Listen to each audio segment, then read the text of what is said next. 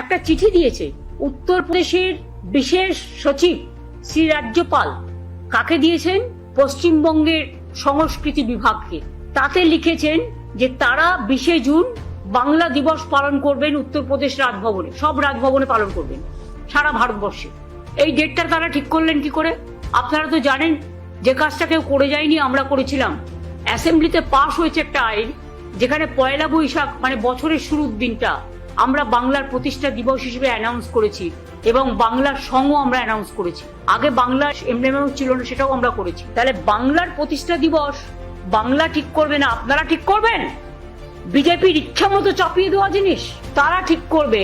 বাংলা কি খাবে, বাংলা কি পড়বে, বাংলা কোন দিন রবীন্দ্র জয়ন্তী পালন করবে, বাংলা কোন দিন প্রতিষ্ঠা দিবস পালন করবে, শুভ নববর্ষ কবে হবে, হাউ ক্যান দে ডু ইট?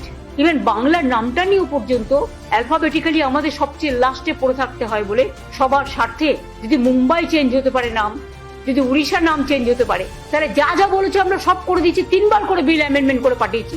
আজকে 4-5 বছর হয়ে গেছে, 12 বছর 10-12 বছর ধরে চলছে। তাহলে কেন বাংলা নামটা দিতে, তাহলে বাংলা রাজ্য বলতো। আর আপনারা কি করে দিনটা ঠিক করলেন? নিজেদের বিজেপির ভাবনা থেকে। আমরা মনে করি এটা বাংলাকে চরম অসম্মান করা, চরম অপমান করা। রাজভবনগুলো পালন করবে বাংলা দিবস কেন? বাংলা দিবস পালন করবে বাংলা সরকার, আর সেটাও 1 বৈশাখ। আমরা পালন করেছি 2 বছর। আইন পাশ হবার পর আমাদের বাংলার সঙ্গীত রবীন্দ্রনাথ ঠাকুরের বাংলার মাটি বাংলার জল আমরা করেছি, যেটাকে আমরা রাজ্য সঙ্গীত বলি। খবর না রাখলে খবর কালেক্ট করুন।